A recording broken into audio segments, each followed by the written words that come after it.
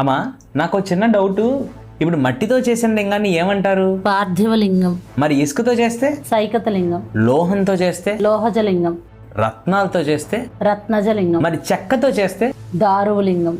రాతితో చేస్తే? శైలజలింగం. అసలు మనుషుల చేత ప్రతిష్ఠించబడితే? మానుషలింగం. మహర్షుల చేత ప్రతిష్ఠించబడితే? అక్షలింగం. దేవతలు చేస్తే? దివ్యలింగం. మరి రాక్షసుల చేత ప్రతిష్ఠించబడితే? రాక్షసలింగం.